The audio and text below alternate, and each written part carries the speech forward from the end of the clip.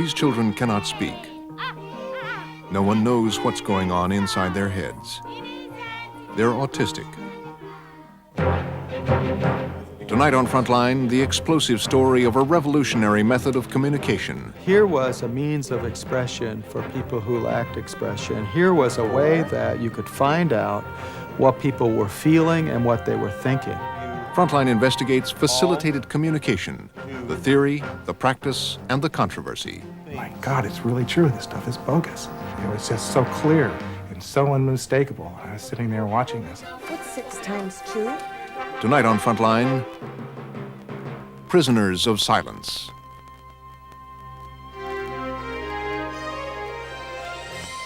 Funding for Frontline is provided by the Corporation for Public Broadcasting and by annual financial support from viewers like you. This is Frontline.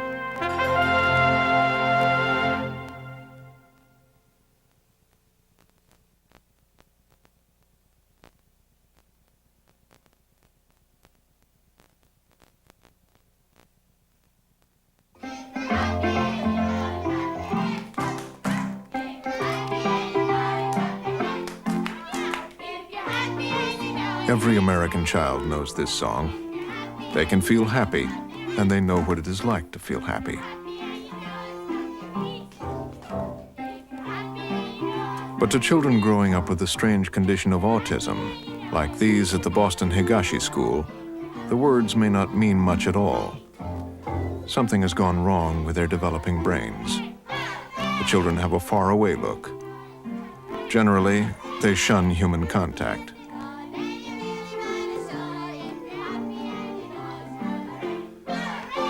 The mysterious condition of autism affects close to 400,000 Americans. Most have little or no speech. 80% are mentally retarded. While the condition can be treated, there's no cure. Any two numbers are multiplied by? Until 3 years ago, this was the generally accepted theory of autism. But then a radical and controversial new technique called facilitated communication took America by storm. Today, thanks to facilitated communication, Jeff Powell, once written off as profoundly retarded, sits in class doing algebra. Okay, foil.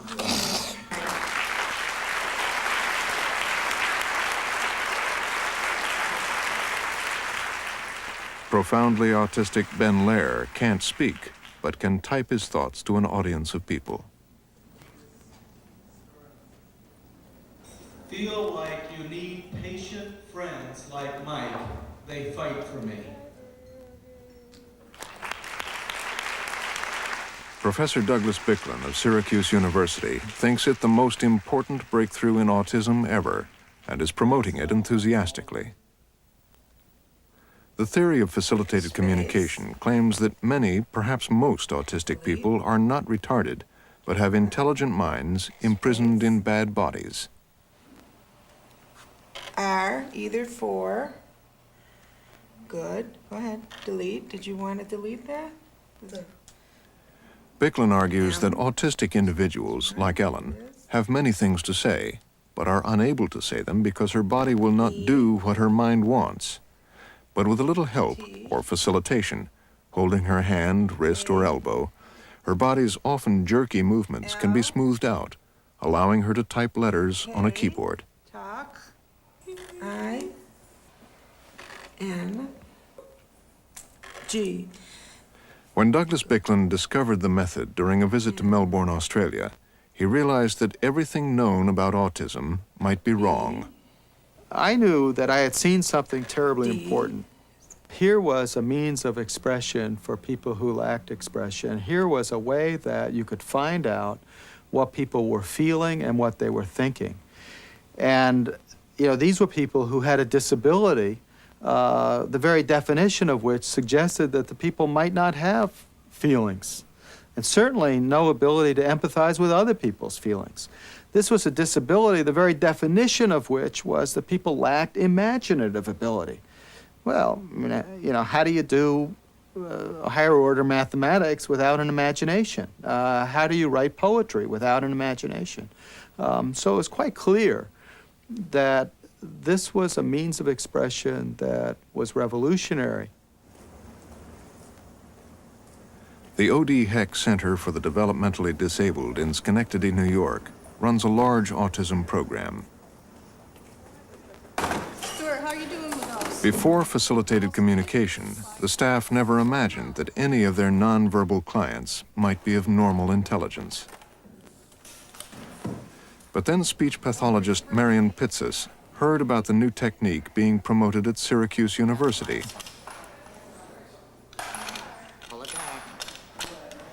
Together with her colleague Jimmy Maruska, she went to find out how it worked.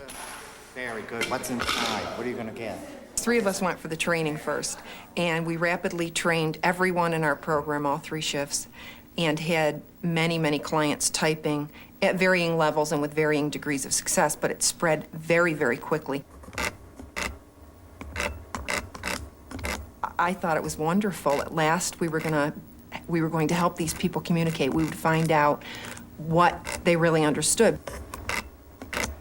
What's going on? Huh? Before, they were just another person that I was helping with and teaching them some basic skills to help them survive out there.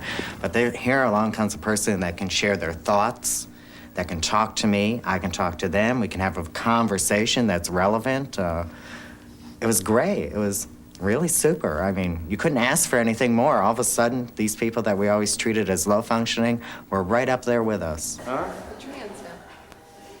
Ray Pagliari, the director of the autism program, realized the enormous implications of the typed messages his clients were now producing. I was thinking that certainly a large number, if not all of the folks that we were working with, may in fact have normal intelligence. Very nice. I mean, we had people typing sentences, paragraphs, the like. We were thinking here we were going to redefine the whole notion of what autism is all about. We trained the rest of our staff, okay? We literally were encouraging people to work with everybody in the program. We were training as many people as we could, training people out in the community. I mean, we were excited. We looked at it as literally a breakthrough technique. So did the media. Prime Time. Now from New York, Diane Sawyer. And now a story about hope. For decades, autism has been a dark mystery, a disorder that seems to turn children in on themselves, against the world. Tonight, however, you are going to see something that has changed that. Call it a miracle, call it an awakening. Word of the new miracle of facilitated communication spread rapidly. Parents told teachers, and teachers told parents.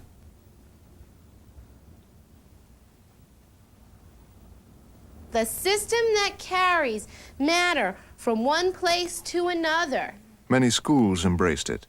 At Edward Smith Elementary School in Syracuse, children previously thought to be retarded now sat in classes with their peers, receiving age-appropriate instruction, studying math, studying biology. Plasma is correct, PJ. Nice job. Maybe you can say what you want to point to. A large group of individuals had, in Bicklund's view, been greatly underestimated, simply because they could not speak or control their bodies. Why don't you show us, and then you try to say it. That's good, because then you're working on keeping that. I had always believed that it was important to treat people as competent. Perfect. Even though they didn't give off the signs of it. To me, that was just the humane thing to do. That was the sensitive thing to do.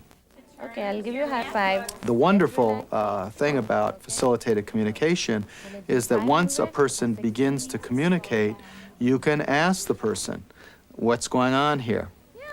Excellent, you got it right.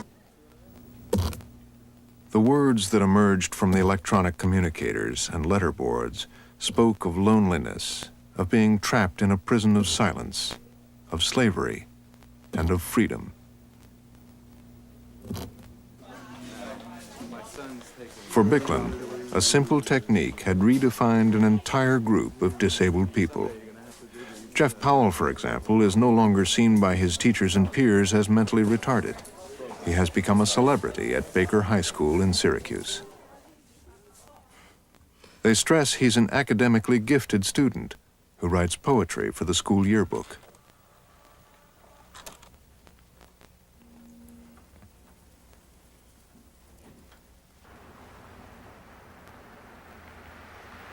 But some people had their doubts about facilitated communication. Dr. Howard Shane has devoted his life to helping disabled, nonverbal people to communicate.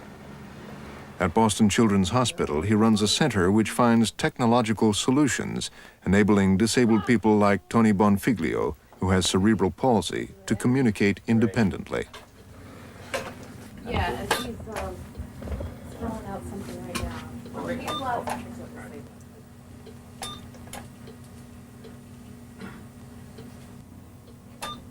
We have this saying in our center that no person is too physically disabled to be able to communicate. The slightest movement, a winking of an eye, moving of an eyebrow, sipping and puffing on a switch, on a straw would control a switch. Finding that subtle movement is all you need to be able to control the technology. Yes, I have made many good friends. Thanks to computers, thousands of nonverbal people can express themselves independently. With such equipment available, Shane questioned, why should autistic people need another person to hold their hands? Bicklin says autism is special. Last week I had conversations with several people. One person said, it slows me down. It helps me by slowing me down. When I'm not slowed down, I get garbage. I get unwanted words. I get a lot of letters strung together that don't make a word. When I'm slowed down, I can type what I want. But critics like Shane were amazed at the sophisticated output. Autistic children of 5 and 6 produced perfectly spelled sentences. Where had they learned to read and write?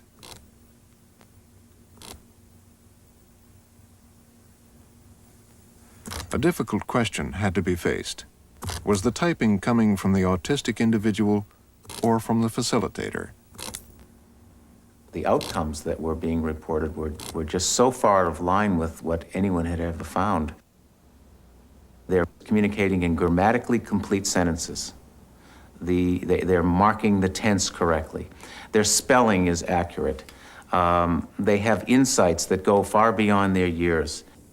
Understanding is so hard. I long to see it real.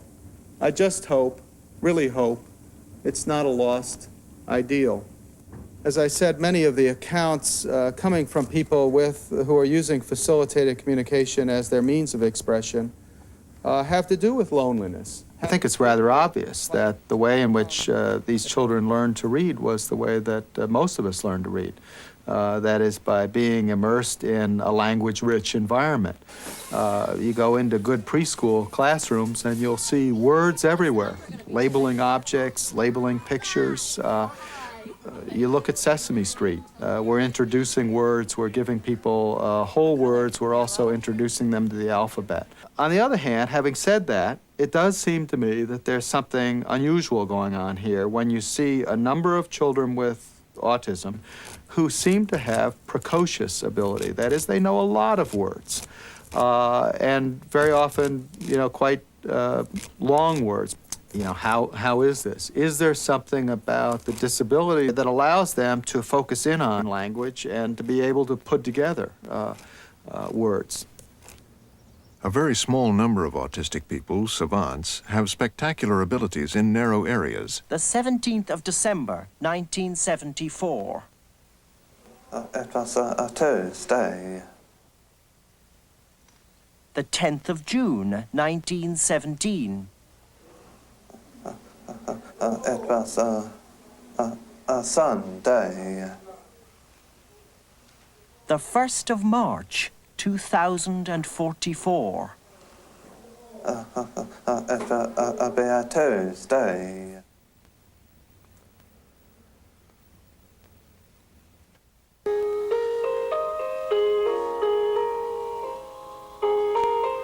Noel only needs to hear a tune once, and he's able to play it.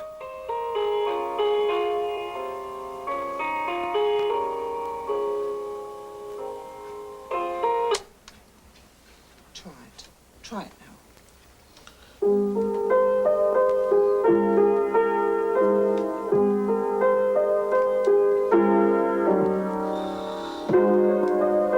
If such astonishing abilities existed for music and math, why not for literacy as well?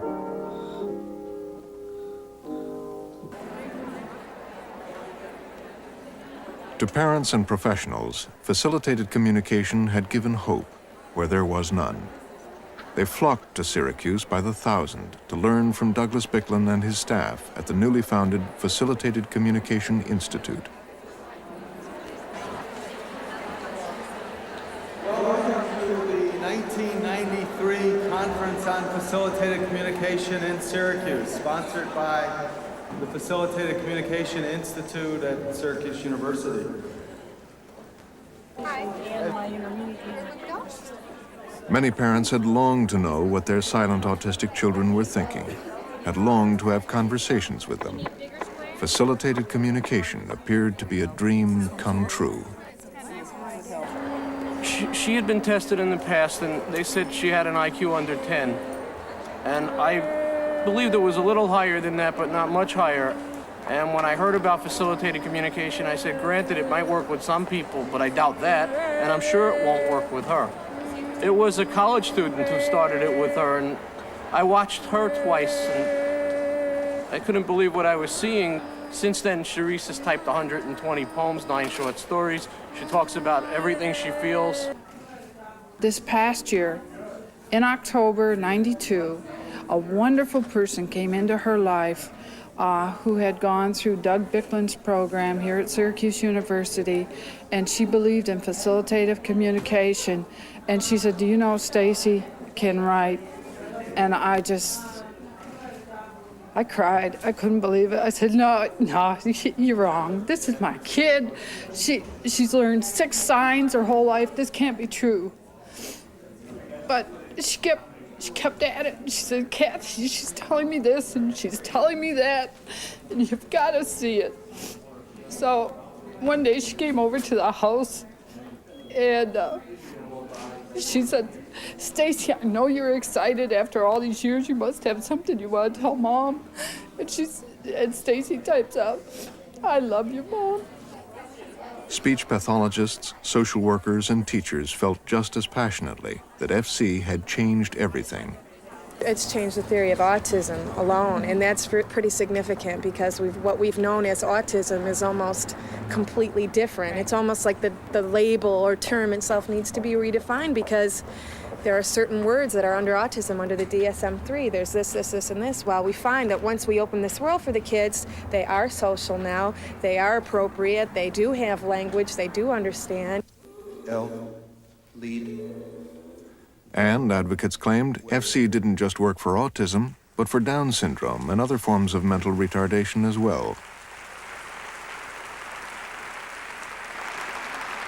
By 1993, thousands of parents, teachers, speech pathologists, and care workers had been trained as facilitators, the foot soldiers in a new social movement.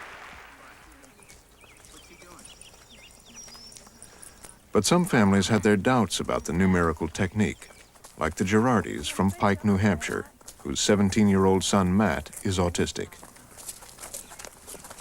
It was about 2 years ago when someone mentioned that Dr. Bicklin was giving some seminars on this facilitated communication. The speech and language teacher at Matthew's school was there, and she just couldn't wait to get back and start with Matthew. Matt, who could then only recognize about 50 words, went to school, and his teachers began using FC in the classroom. Almost overnight, his academic work improved dramatically. Kathy Girardi became suspicious of his new academic achievements. He was taking all kinds of Shakespeare literature, Romeo and Juliet, and he was in algebra class, although he didn't fare that well in algebra, but English, diagramming sentences. The work that he was coming home was absolutely incredible. Incredible. I mean, getting A's in some of these classes that I know I would have a hard time getting A's in. What seemed especially odd was that Matt wouldn't facilitate with his mother. At that point, I was frantically trying to communicate with him at home. You know, I'm saying, gosh, if he's talking to these people, why isn't he talking to his mom? You know, he and I have been best friends, bosom buddies. I mean, I'm his life and he's mine, you know. Surely we can be able to communicate. and absolutely got nothing. As a matter of fact, he would take his board and bring it and put it in his bag, put it in his closet and say, finished. Can you help yourself? Wow, these are... While the Girardis got on with their life, reconciled that FC didn't work, at least for them, Matthew's school continued using it enthusiastically.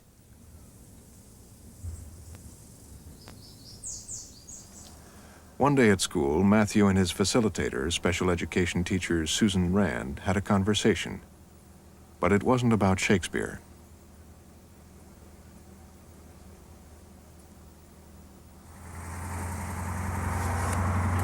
Later that day, Susan Rand wrote down the conversation and reported it to the authorities. She handed me a piece of paper, actually 2 pieces of paper, and said, these are the things that he said. And I just scanned through the paper, and I was just in shock of some of the language that was on the paper. And I said, it's impossible. It's absolutely impossible. And it was at that point she made it very clear to me that this was real. It was real, that they had a warrant from my husband's arrest. And they were going to send Matthew to the hospital for an exam. They were telling me that Matthew may have to go to a home, and a foster home. And I told him, I said, there's no way he's going to go to a foster home. I said, he hasn't been anywhere else except our home. There's no way he's going to go to a foster home. And I was told that I may have no choice in the matter. There may be no choice. And it was at that point that I realized I had no control. Jerry Girardi, a pharmacist at the Veterans Hospital, was working late that day and knew nothing of this until he arrived home.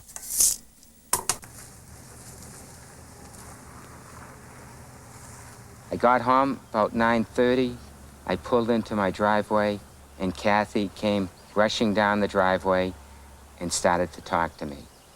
She immediately told me not to go into the house, that there was a warrant out for my arrest, that allegations were made that I had sexually abused Matthew, and I was not allowed near Matthew, nor was I allowed to go into the house.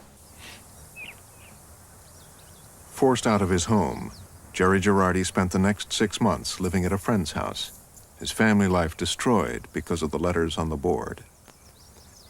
Despite the fact that there was no other evidence of abuse, the school, the social services, and the police all believed that the words had come from Matthew.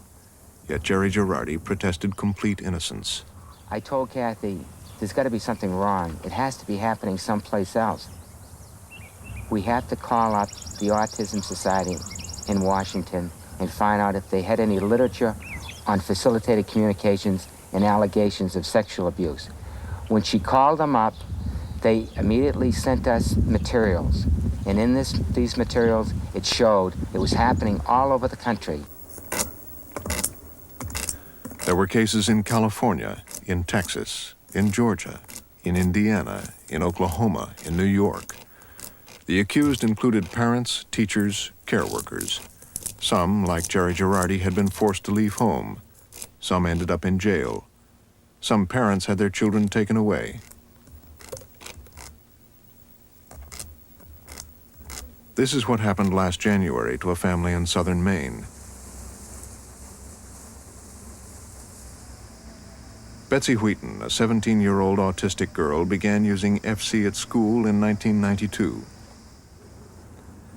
One day, using a letterboard, Betsy and her facilitator wrote that everybody in her family, her father, mother, grandparents, and brother, were sexually abusing her.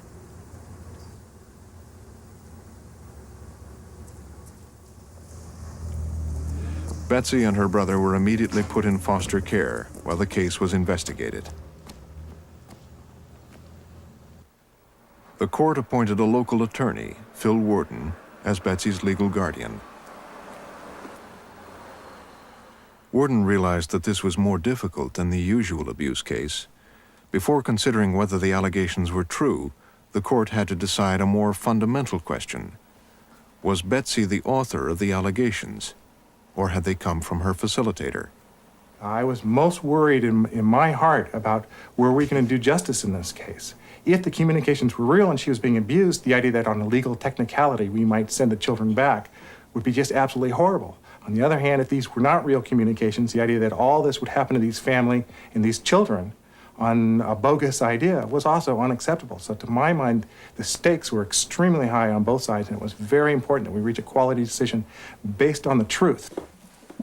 And so what I was looking for was a clean, simple, and fairly quick way to just solve that one narrow question. Were these communications coming from the children?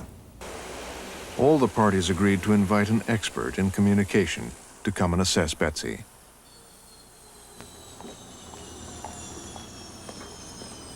They chose Dr. Howard Shane from the Boston Children's Hospital. This is Dr. Shane. How are you? Nice to meet you. Okay, folks, what I'm going to be doing now... Shane had devised a double-blind test like this to objectively determine who was authoring the messages, Betsy or the facilitator who transcribed the allegations. He showed both a series of pictures and asked them to type what they saw. Betsy, show you looking at. When both Betsy and her facilitators saw a picture of a key, the letters K-E-Y were typed. But Shane wanted to discover what happened if each saw a different picture. Okay. When Betsy saw a cup, she didn't type cup, she typed hat, what the facilitator saw. Here we go. Now take a look at this one.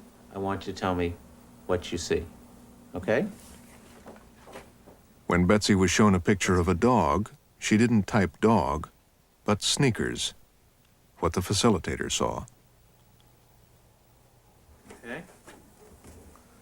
Okay. Want to take a look at that one? When Betsy was shown a boat, Now you, she didn't Betsy, type you take a boat, look at that one. but sandwich, what the facilitator saw. Okay, here's the next one. It was just devastating to watch because what you saw was the words being typed out were the words the facilitator had seen. And it was just so clear and so unmistakable. I was sitting there watching this and saying, my God, it's really true. This stuff is bogus. What I found was that whenever the pictures were different, I always received the typed message that was seen by the facilitator. So that was pretty strong evidence that not only was Betsy not communicating, but the messages were being absolutely, totally directed and authored by the facilitator. Come on, Betsy. Shane then tried a message passing test. He took Betsy out into the corridor and showed her an object out of sight of her facilitator. Come on. Betsy, now I'm going to show you something. Take a look at this. You take this. Now, what is that? Give it back to me. We're going to back in. I want you to tell everybody what I showed you. When we went back into the room, she was unable to type the word key. I then took another key out of my pocket and said, with the facilitator present, what is this? And she immediately typed key. So again, it suggests that when the facilitator is aware of the information, we get the answer. But when the facilitator is unaware of the information, we don't get an answer. The only logical conclusion of the test was that the terrible accusations had been authored not by Betsy, but by her facilitator. The Wheatons are now reunited. The facilitator, devastated by the test results, stopped using facilitated communication and persuaded Betsy's school to stop using it as well. After using FC for over a year, the OD Hex Center in Schenectady began discussing whether they should do their own test of facilitated communication. My first reaction was, why would we ever want to test it? It's working. There were things that individuals who typed with me typed that I didn't remember consciously being aware of. So I thought, well, that's proof enough. Why should we need to test these people? It's their communication. All right, find the one that's the same. Let's put it right in front of you. But just in thinking about it, I wanted the research to be done because I thought it would prove once and for all, without a doubt, that it was these people communicating and that we were not influencing them in any way, shape, or form. I was convinced that it would prove their communication. A team of psychologists and facilitators led by Doug Wheeler devised a rigorous double-blind test. Well, this is what we had in mind. It's just a simple T device. The table's split down the middle. Myself as a researcher, I can stand back here, and I'm pretty much out of view of the The facilitator and autistic individual sat side by side with a screen dividing their visual field. Sometimes they were shown the same picture.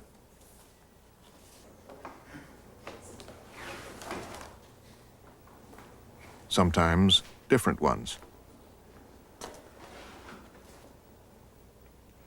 They tested 12 clients, facilitating with 9 staff members, many who were trained in Syracuse.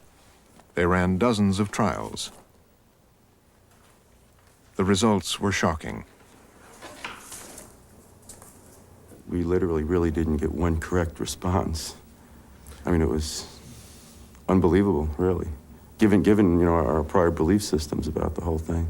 We ran 180 trials. There were 180 trials where valid communication could have been demonstrated, and none did. We had overwhelming evidence for facilitator control. That was the main finding. It's a woman. And it began to dawn on us that the impact on the facilitators was going to be traumatic.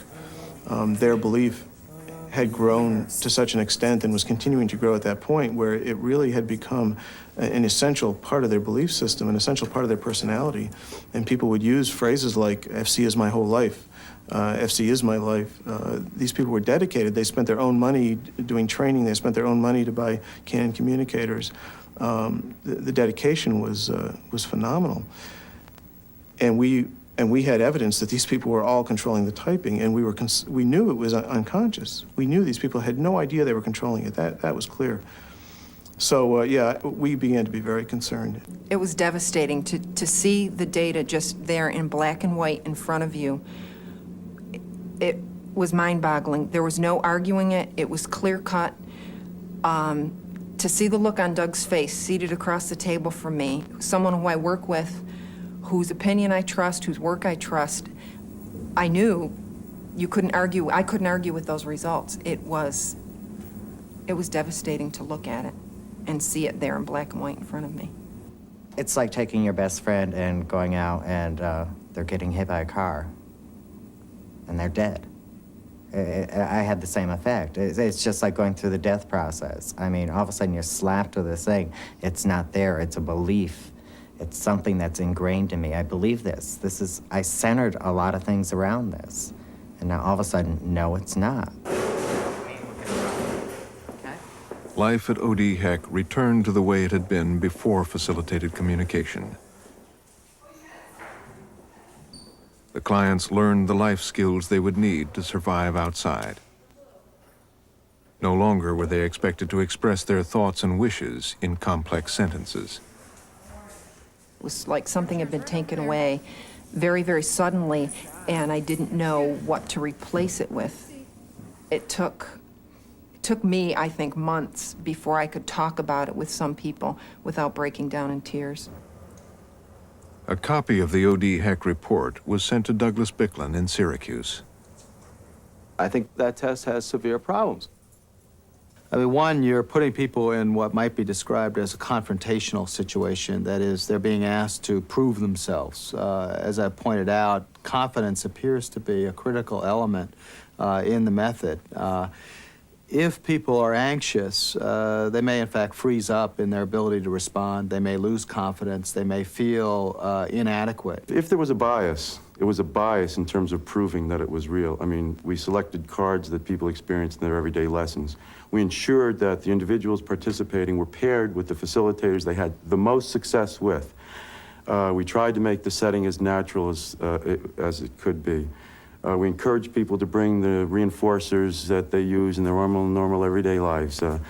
Turn total control over in terms of, say, to the facilitators. If the person wasn't comfortable that day, they could stop it whenever they wanted to. More studies came out. The results of this case study demonstrate quite clearly that the subject was not able to communicate using the facilitated communication techniques. No client showed unexpected literacy or communicative abilities when tested via the facilitator screening procedure, even after 20 hours of training. Considerable evidence was found of the facilitators influencing the attempts at communication. None of the 23 participants demonstrated authorship. There has been no instance in which a participant has successfully identified an object through FC. These results suggest that the communications previously reported from individuals with autism may have been influenced by facilitator coactivity. FC had claimed to unlock expressive literacy in nonverbal autistic individuals. Under controlled scientific conditions, that literacy vanished. To date, over a dozen studies involving hundreds of children and researchers in 3 different countries have reported negative findings, but Bicklin remains unconvinced. A number of these studies have asked people to name objects or name pictures. It turns out that for people with autism and some other developmental disabilities, a number of people experience very severe word-finding problems, such that you ask people to label an object and they can't do it. They may be able to describe the object, even state what it's for, but quite typically, they in fact come out with a different name of a different object. But, researchers asked, was it possible that a child who can write poetry and do algebra would be unable to label a cup? And they questioned why autistic individuals who had appeared on national television and addressed crowds at Syracuse conventions would all be so nervous that none of them would get a single answer right.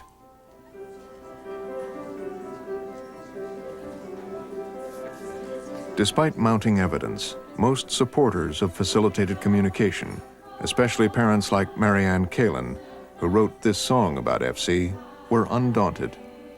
They had invested their hopes and dreams in FC and had their own proof that it worked, at least for their children. My validation that it was Stacy who is communicating came a few weeks ago. Now my husband has this attitude about her, and he's found out that if he does this, it absolutely makes her laugh. She just goes crazy. He wiggles his nose, so now when they greet each other, it's like this. And so now she's in love with Dad, and I've been trying to teach her how to type out Dad. And I will admit that, yes, I am taking her hand, and I am going D-A-D, and I'm, please, Stace, let's learn how to do Dad. And she won't learn Dad. But one day, Dad wasn't in the house, and she came home, and she's looking around trying to find out where he is. And so she goes, and she gets her board, and she starts pointing at the board, and I said, what do you want to tell me? What do you want to tell me? And she typed out, I-M-S-N-O-S.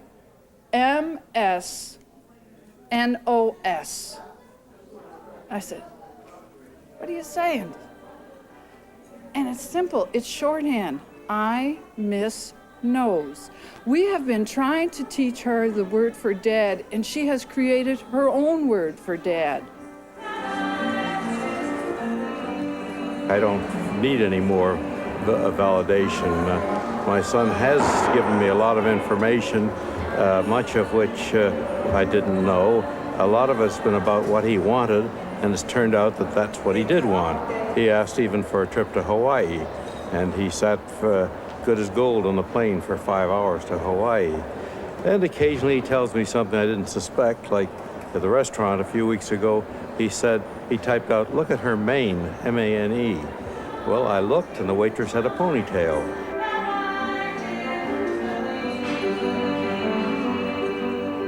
Parents' attitudes to the scientific studies were summed up in a statement typed by Jeff Powell and read by his facilitator, Sue Harns. Regarding the recent controversy about facilitated communication, we are extremely angry about the well-to-do critics who are giving Doug a disheartening review. We are the ones saying the words, and we are questioning the expertise of you and your compassion for autistic students. And please encourage us and Doug to be able to become a part of your world and get the hell out of our world.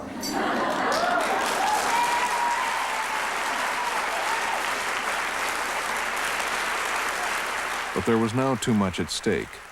Whether FC was true or false had become a matter of great public interest. FC networks had been established in 38 states. Millions of dollars of public money were being spent providing facilitators in schools and adult centers. You got it, Michael. Nice job. Good. Plans were being made for people to take their facilitators to college and even into the workplace. All this had happened without any public debate.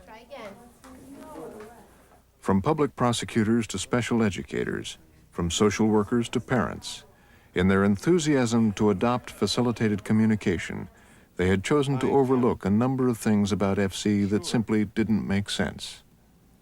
Skeptics wondered how thousands of autistic people could have taught themselves to read and write just by watching television.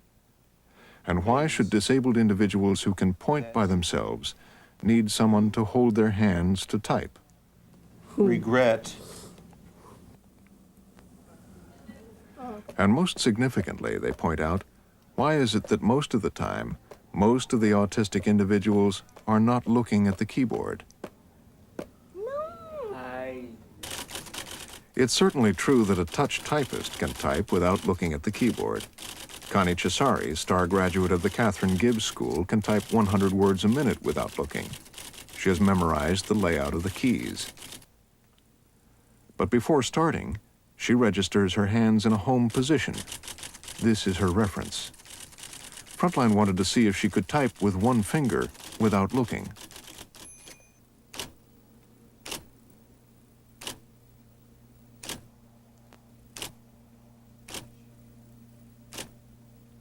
Despite her intimate knowledge of the keyboard, she can't.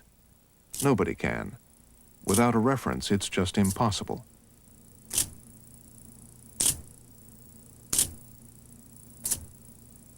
You can't be a one-finger typist and not look at the keyboard. You just can't get oriented. You don't have a home position. And when you watch children who are FC facilitated communication users, they may not be looking at the language board. Look at the board. But the facilitators are not taking their eyes from it. They're fixed on it. What's 6 times 2? Good. Okay, space. What's 12 times 12 plus 1? We carried the 1, remember? What's 12 plus 1? Excellent. Give me 5. Okay. Plus 1. We carried the 1, remember? Hi, how are you? What's 12 plus 1? What's 5 times 5? Doug Bicklin admits that typing without looking is impossible. So what's going on in the Syracuse schools? Put down 4. It's not good technique. It's very sloppy, and I think it really raises questions about that particular typing, and as well it should. And what we need to do is to harp on facilitators to monitor eyes. It's a lot for people to manage, but I think we have to do it.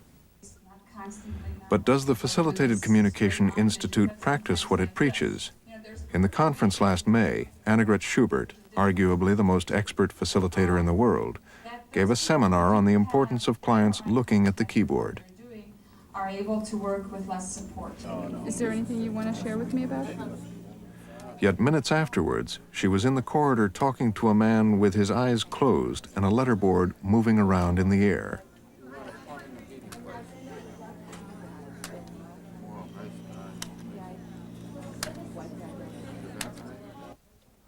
And even when Doug Bicklin was present, we filmed Jeff Powell typing while looking at the ceiling, something Bicklin concedes is impossible.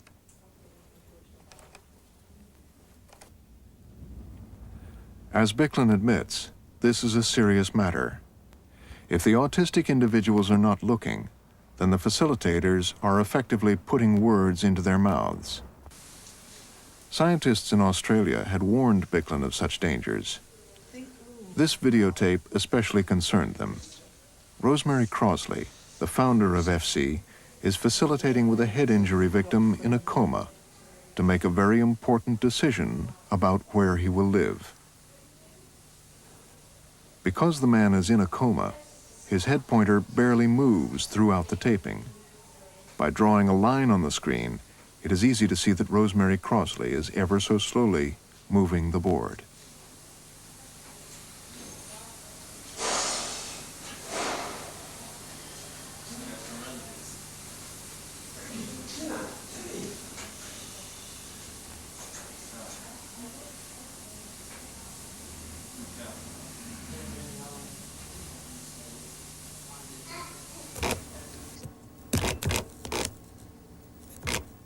I don't think they're doing it consciously, but they're absolutely manipulating these individuals, and they're communicating for them. And I don't think that that's acceptable. I don't think that other people have the right to communicate for someone else. The scientific evidence suggested that far from unlocking the minds of autistic individuals, FC tapped the unconscious thoughts of the facilitator. The process, skeptics say, is not unlike what goes on with a Ouija board. As letters are built up, hypotheses are formed about what comes next.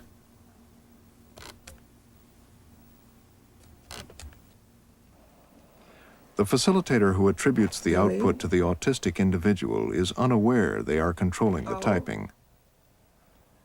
The autistic individual becomes so sensitized to respond to tiny cues that they become an amplifier for the facilitator's unconscious. U TT.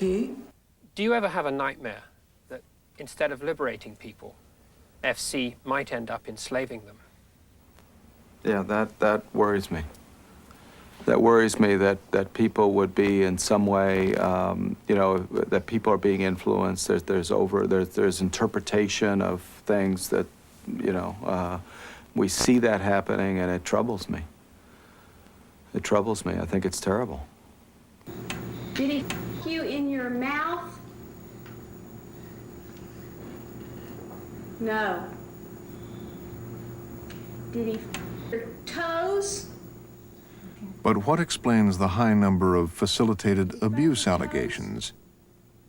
While most courts have refused to accept FC as genuine communication, earlier this year, a judge in Wichita, Kansas, allowed a nonverbal autistic boy to give testimony through FC. Did he your butt? Yes. Yes. Yes.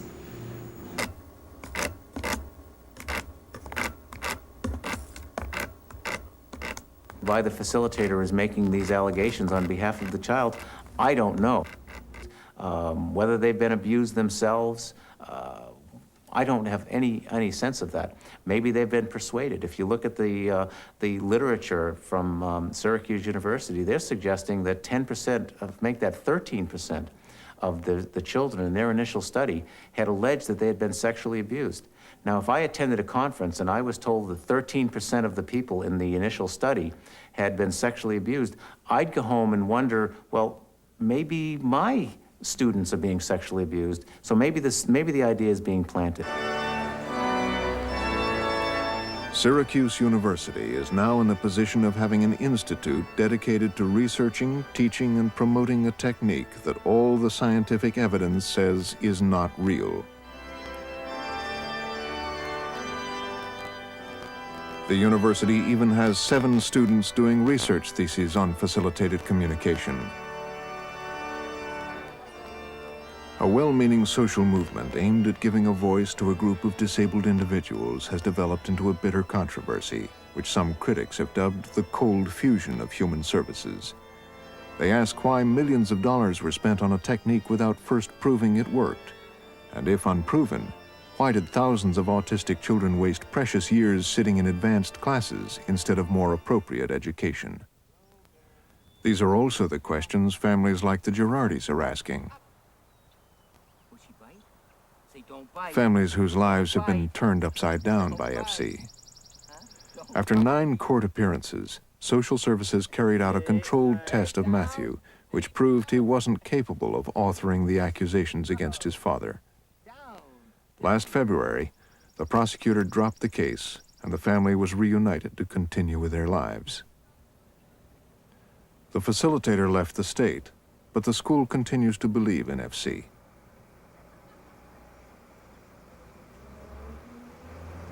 No one has ever apologized. In fact, to this day, we still sense that the administration at the high school will never admit that they were wrong. They want to continue to say that facilitated communication is successful. If a new drug had just been discovered, it wouldn't be something that would be just thrown out into the market. It would take years of studies before this medication would be marketed. It's the same way facilitated communication should be treated. I mean, why should that be thrown out and people's lives devastated because they're trying it out on us guinea pigs? Go ahead. Go. I think a lot of parents are grabbing at straws and are hoping that facilitated communications is going to be the answer for them. And I think they've been blinded by it. And I feel for these people, these parents that believe in it, because I certainly can understand where they're coming from. But until we face it head on and do more scientific investigations of it, then these poor parents out there are gonna be in the dark over what's actually happening to their child. I know for myself, I wanted so hard to believe that it was real that I wasn't able to listen to objective thinking about it, because it grabs you emotionally right here, and once you're hooked, I mean, you are hooked. I don't think I was capable of rationally thinking about it, because I had clues even before we did our study that there was facilitator influence taking place in other places. People had done studies in Australia, and I said, oh, that doesn't happen here. We aren't using it the same way. We aren't holding letter boards in the air. We have them down on the table. So therefore, that limits the influence that could be taking place. Well, I was dead wrong.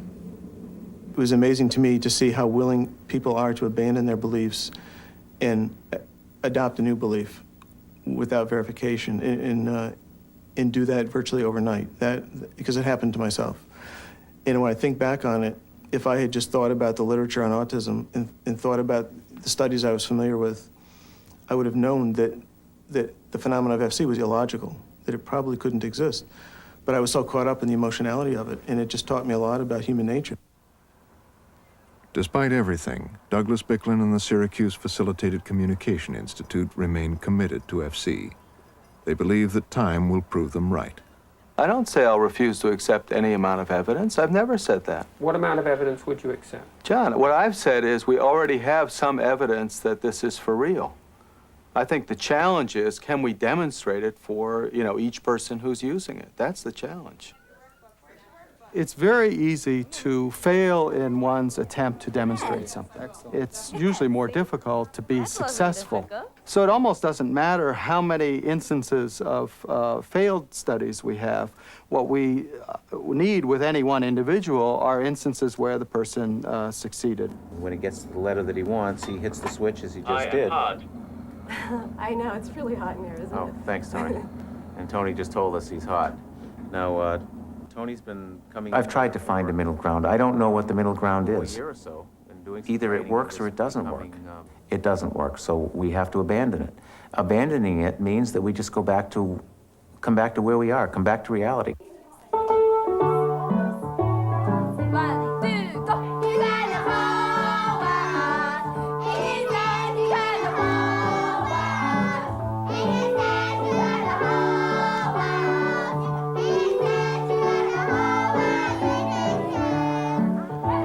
One day, the mysterious condition of autism will be understood, and researchers may find a cure. Until then, as the evidence against facilitated communication accumulates, a painful question remains: whether parents and those who care deeply about autistic individuals are choosing to see them as they would like them to be, rather than respecting them for who they are.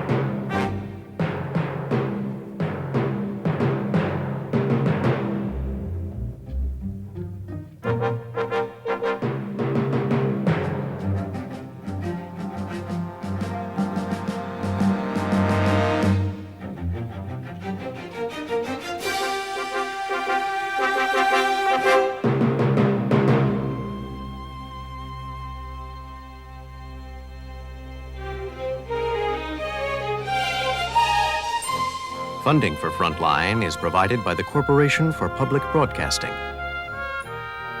and by annual financial support from viewers like you. Frontline is produced for the Documentary Consortium by WGBH Boston, which is solely responsible for its content.